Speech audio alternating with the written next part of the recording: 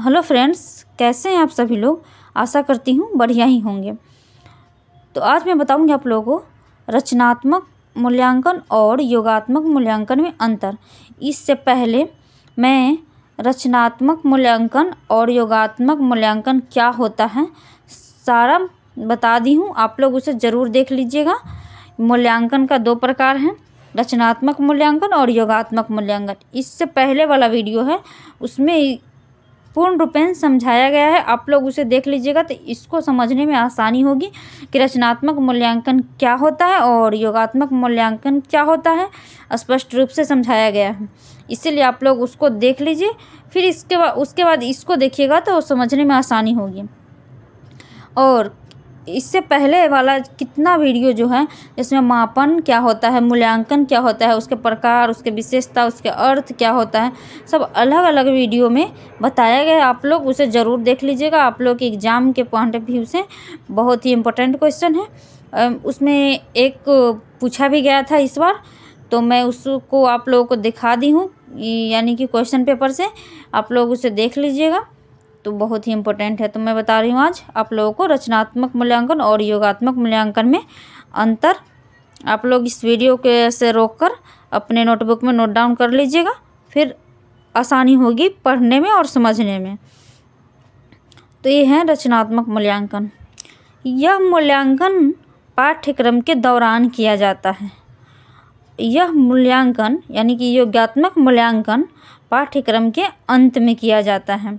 तो मैं इससे पहले वाले वीडियो में पूरा बता दी हूँ कि रचनात्मक मूल्यांकन क्या होता है, कहाँ यानी कि इसका शुरुआत होता है और इसकी शुरुआत कहाँ होता है। इसमें रचनात्मक मूल्यांकन शिक्षण प्रक्रिया के शुरुआत से लेकर इसके बीच में इसमें सुधार किया जाता है, शिक्षण प्रक्रिया के दौरान चलता है।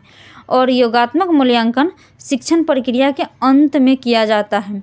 इसका मूल्यांकन यानी कि पाठ खत्म होने के अंत में किया जाता है, यानी कि जैसे होता है ना 2 तिमाही, 6 माही या यानी वर्षमाही एग्ज़ाम, उसके अंत में किया जाता है परीक्षण। तो ये योगात्मक अंत में किया जाता है और रचनात्मक शिक्षण के दौरान चलता रहता है, बीच में इसमें सुधार किया जा सकता है। तो यही है, यह मूल्यांकन पाठ्यक्रम के दौरान किया जाता है और ये योगात्मक मूल्यांकन अंत में किया जाता है। दूसरे में है, इसमें अधिगम के लिए आकलन किया जाता है, असेसमेंट फॉर लर्निंग। फिर इसमें है अधिगम का आकलन किया जाता है, असेसमेंट ऑफ लर्निंग। फिर इसके बाद यह शिक्षण प्रक्रिया से पहले या शिक्षण प्रक्रिया के दौरान किया जाता है। यह इसको तो समझ गए होंगे ना कि रचनात्मक मूल्यांकन शिक्षण प्रक्रिया के पहले स्टार्टिंग से ही जांच करके किया जाता है और बीच में दौरान इस शिक्षण प्रक्रिया के दौरान चलता रहता है। बीच में स्टूडेंट से पूछताछ किया जाता है, उससे ही कहते हैं शिक्षण प्रक्रिया के दौरान किया जाता है। यह शिक्षण प्रक्रिया के बाद किया जाता है। क्या योगात्मक मूल्यांकन शिक्षण प्रक्रिया के बाद किया जाता है या अंत में किया जाता है। ये है चौथे नंबर में, इसमें चल रही शिक्षण प्रक्रिया की प्रभाविता को बढ़ाया जाता है और इसमें छात्रों की उपलब्धि ज्ञात कर आगे के लिए नीतियाँ बनाई जाती है।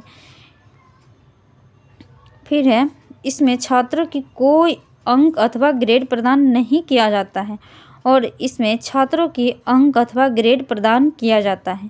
योगात्मक आकलन में छात्रों के अंक अथवा ग्रेड प्रदान किया जाता है। योगात्मक आकलन होता ही लास्ट में है, तो उसी से पता चलता है कि यानी कि बालक कितना सीख पाया है।